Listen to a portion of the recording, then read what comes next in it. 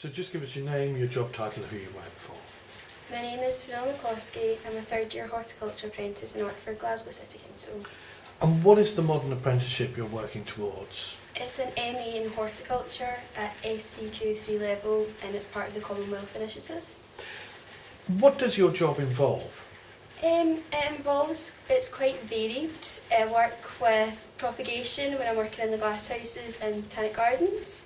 I also do a wee bit of landscape design in our head office in the city centre, and that kind of involves doing development throughout Glasgow. So I've done a wee bit of work in George Square, done some planting there, but it also involves doing play parks as well and kind of landscaping the surrounding areas. So, and have you been landscaping for the Commonwealth Games as well? Yes, we've had a lot of work for the Commonwealth Games. We've been given a lot of money, a lot of budgets that have to be spent developing Glasgow, particular green spaces. A lot of work down Glasgow Green's been done to kind of re-landscape the area in preparation for the Games. And how does propagation work, and why do you need to do that for this landscape? Well, it's basically we need to keep our plant stocks up. We have extensive collections, so the idea is that if we take plants out for the viewing of the public, we should always have a backup in the stock here for us to kind of maintain, so we always have the stocks growing and we can always propagate. We also are part of the seed exchange, so we like to be able to exchange our seed as well as receive seed from other places so that everyone's collections are growing, and also in support of keeping kind of these endangered plants going. It's it's part of a bigger picture as well as providing beautiful collections for the public. And so, is propagating a plant, how do you go about that? Is it a difficult thing when you've got rare species that you're trying to encourage to grow? It can be complicated. It can involve a lot of different process. Some need heat temperatures, some need the seed coats need to be broken.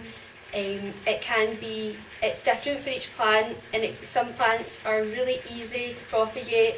It can be very simple, you just take a cutting and they're not fussy. Other plants can take months to germinate and you're tearing your hair out trying to get them to germinate. But you just have to be patient and you have to keep trying, and usually we have quite a good success rate here, and it's kind of trial and error sometimes, but we get there. You sound as though, despite the patience required and sometimes the fiddly bits, you quite enjoy it. Oh, I do. I really do enjoy it, and particularly propagation. It's kind of the reason why I got into horticulture. I love seeing a little seed kind of just evolve into this beautiful plant from nowhere. To me, I still think there's something quite special about that. So I do. I really enjoy it. And what do you feel you've gained from your modern apprenticeship? A wealth of knowledge. Lots of experience from very experienced gardeners, and I had the opportunity to go to uni, but I chose the apprenticeship, and I'm really glad I did, because I think the practical experience I gained, I wouldn't have gained at university if I'd went, and it's just been amazing to shadow people, because for me personally, I learn really well when I'm watching someone, when I'm doing the job. So for me, it's worked really well. I've gained tons of experience from working with other gardeners. And personally, what has it done for you personally? Personally, I think it's developed a passion of mine, and it's also, I think, it's helped me grow in confidence as well. I think finding something you really enjoy and you're good at makes you grow as a person. It makes you more confident and makes you more able to kind of go for things. So I think that's helped. And what about any difficulties you've had to overcome to get through to this stage? Well, there's been a few things. Like I said, I work in a very male-dominated workplace. I went to an all-girls school, secondary school. Then I'm in a year full of boys, so that was a big change. So that I kind of had to develop my teamworking skills and get used to it. And once I kind of overcame that, it was a lot easier. I kind of developed as a person through it. So that was interesting. I'm also dyslexic, so the Latin plant names were a little bit tricky. That took a while to get used to, but with lots of practice and plant idents and support, I've really improved. So, what difference do you think being involved in the Modern Apprentice of the Year has or will make for you? I think it's It can help you in a lot of different ways. I think it helps grow your confidence because it gives you that support and that belief that you know you can develop in your job. I think it's a great recognition for you, and it helps when you go on to do other things. Like, so I time out this year in my apprenticeship, and things like this help me go and get jobs. It helps prove that I enjoy my work and that I can do it to a certain standard. And so I think it is really, really important and valuable. And so it kind of shows that you're good at your job and you enjoy it, and that you're at a good enough standard to receive something like that. So it's a great achievement to have. And what does the future hold for you? I would hope to always stay in horticulture. It's my passion and I enjoy it. So definitely based in horticulture. Maybe go to university and hopefully do a wee bit of travelling and just kind of expand my knowledge and stay within the career that I found and that I enjoy. Well done. Thank you very much indeed. Perfect. Is that right? Yeah, perfect. So, Tammy, just tell us, what's your full name, what's your job title, and who do you work for? My name's Tammy Rice. My job title's a food and beverage assistant, and I've been working with the Hilton Hotel. And which modern apprenticeship are you working towards, and at what stage are you at? I was working towards my SVQ2 in food and beverage, which I recently just passed in January. So what does your job involve? I would imagine it's quite varied. Oh yeah, it's very varied. I started off in breakfast, and then I did that for a couple of months, moved into the restaurant, moved into room service, went up to conference and banqueting, and then now I'm back in the bar.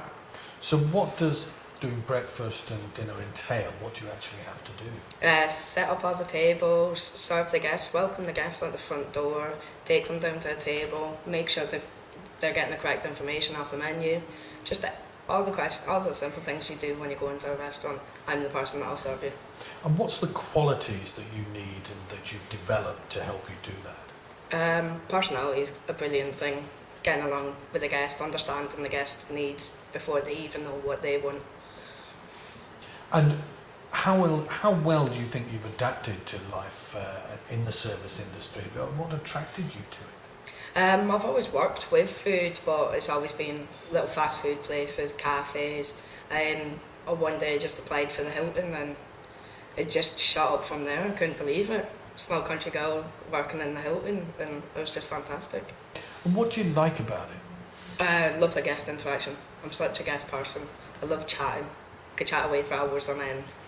And I love making somebody happy. I love doing little surprises. Like if I find out it's a guest's birthday, I'll go and speak to the pastry chefs, get a birthday plate, and then I'll pass it over to them, and just the happiness on their face is brilliant.